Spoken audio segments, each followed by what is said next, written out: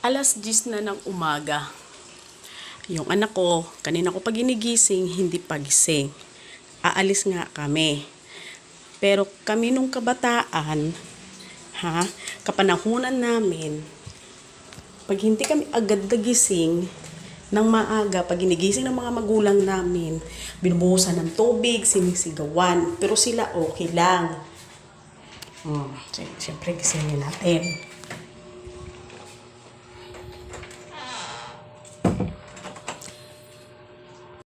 Pag nasa ibang bansa ka daw, pag ginising mo daw yung anak mo ganito.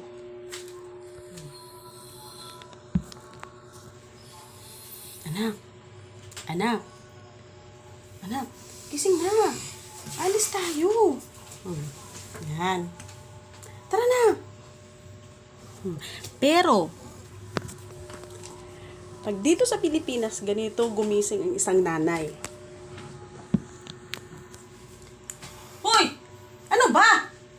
Oras na.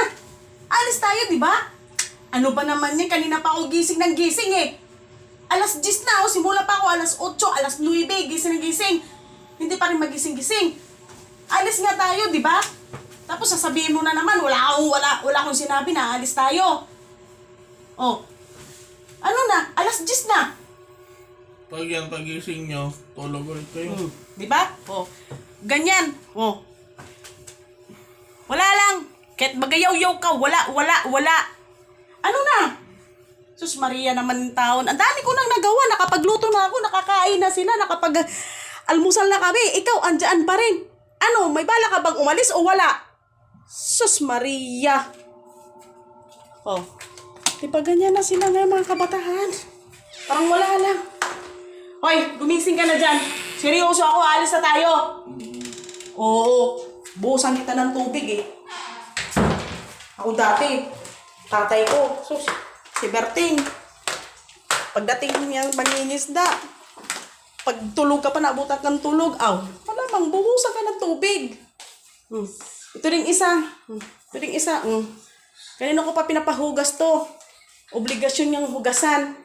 Ayan pa rin. Hindi pa rin magawa-gawa. Ay, Diyos ko. Sinong relate dyan? Di ba? Ganyan na ganyan gisigi ng mga anak natin ngayon. Samantalang tayo dati, kalampag. Kailangan magsipag kasi bukas may sayawan. Magsipag, mag-igib. Yan sila, wala. Ay, ambot na lang. So, yun lang. Kung sino lang makarelate dyan,